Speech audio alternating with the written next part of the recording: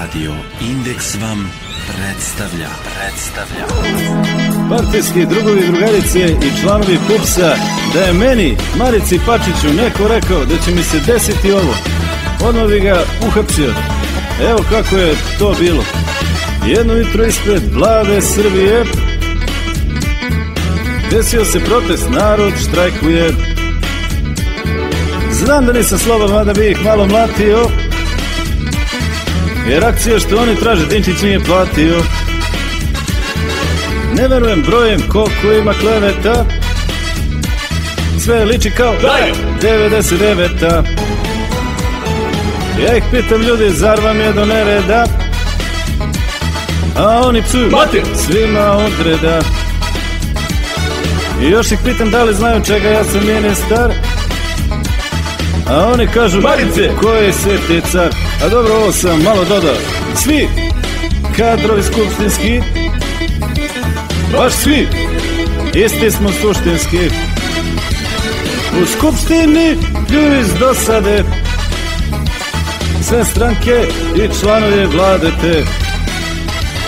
Nehotice muvaju s kadrima, vlada, u vladi premijer s platama, vlada. I niko ne brine za svoj štek, jer sad je korupcijski vek.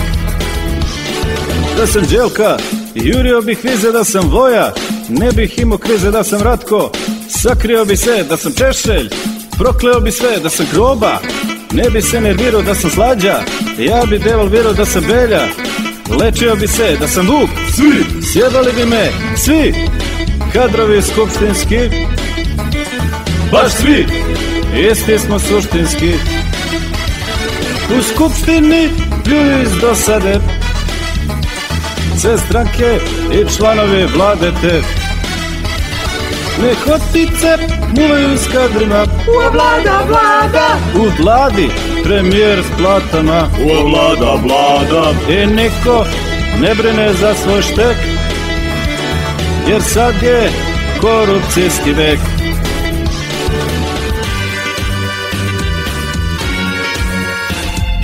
Svi klepaju, svi klepaju, ajmo, narode, svi klepaju, svi. Ajmo, narode, tako je, vidite kako može protest da bude dobar.